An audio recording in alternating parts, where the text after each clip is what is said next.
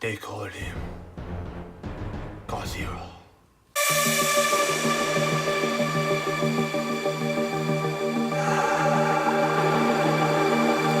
Godzilla King of the Monsters is a sequel to the 2014 Godzilla done by Gareth Edwards.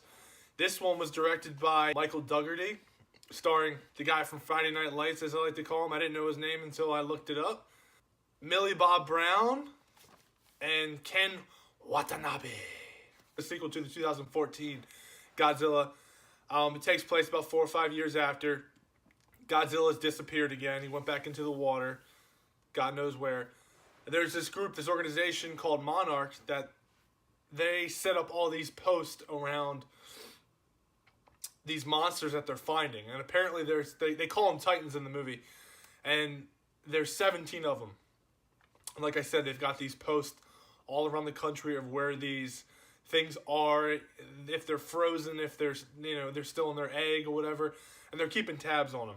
There's one group of people, and a certain someone, that they want all these monsters to wake up.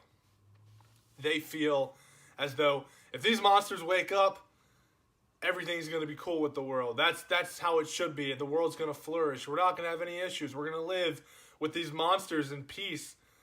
Yeah, okay, 17 Titans, 17 monsters roaming the country. Everything's going to be cool, right? I don't think so, and that's where everything goes wrong. I enjoyed this movie. I like the 2014 version better than this one. I still got too many human interactions. There was if you watch the trailers for this movie, it's like all out fight, all out monster fights. And yeah, that happens, and when it does, it's great. The visuals are wonderful, but I don't get enough of that. And when they're fighting, they're going back to the humans and their problems and everything, which is fine. I understand it's a movie. You can't just have all out monsters, but you need to give me more monsters. You need to give me more fights. And I didn't get that much in this movie. So that's why it was kind of underwhelming, in my opinion. I still had a decent time at the movie theater. Like I said, there were some great visuals, although the visuals did get muddy sometimes. You know, you're dealing with monsters, you're dealing with darkness, a lot of destruction and this and that. So yes, it can get muddy and kind of crazy at sometimes, but still the visuals were great. The monsters look wonderful. That's one of the positives of this movie. I did not think the acting was that good. Although when I say that, I did really enjoy Kyle Chandler. I thought he brought it. I thought Ken Watanabe brought it, even though he wasn't in it that much. I'll be on the lookout for some more Kyle Chandler movies. I enjoyed him. Millie Bob Brown, or Millie Bobby Brown, she really doesn't do it for me. She doesn't really, I don't know, I feel like her character's kind of pointless in this movie. I felt like the pace of this movie, it felt long, in my opinion. I think it comes in just over 2 hours. It felt too long, though, in my opinion. I feel like I was in there for 3 hours. Would I recommend this movie? Yes, I would recommend it. You should definitely go out and see it.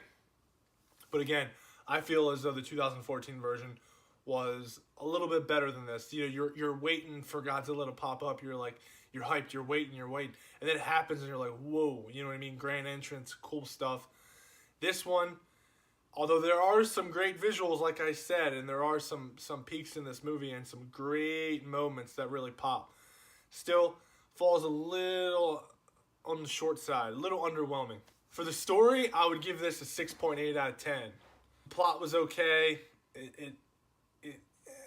I understand it's a monster movie, so you're not going to take it too serious, but it could have been a little bit better. Visuals, I give it 8.2 out of 10. Like I said, they were great visuals, beautiful shots in this movie. But again, sometimes it just gets lost, gets muddy, blurry, too much going on. The score, I'm going to give the score 7.5. It might have been the movie theater I was in, but I really didn't hear much of the score. It was just kind of, I don't know, maybe it was the movie theater I was in, but the score I'll give is 7.5, the score / soundtrack out of 10. The acting, I'm going to give a 6.7 out of 10. You know, you had a couple actors that were doing really good. I thought were really bringing it. Like I said, Kyle Chandler, Ken Watanabe. Millie Bobby Brown, not so much. And the other woman, Vera Farmiga, she's okay. Again, didn't really do anything for me in my opinion. Overall score in this movie is a 7.3 out of 10. Like I said, check it out. Let me know what you think in the comments below. Click that like button.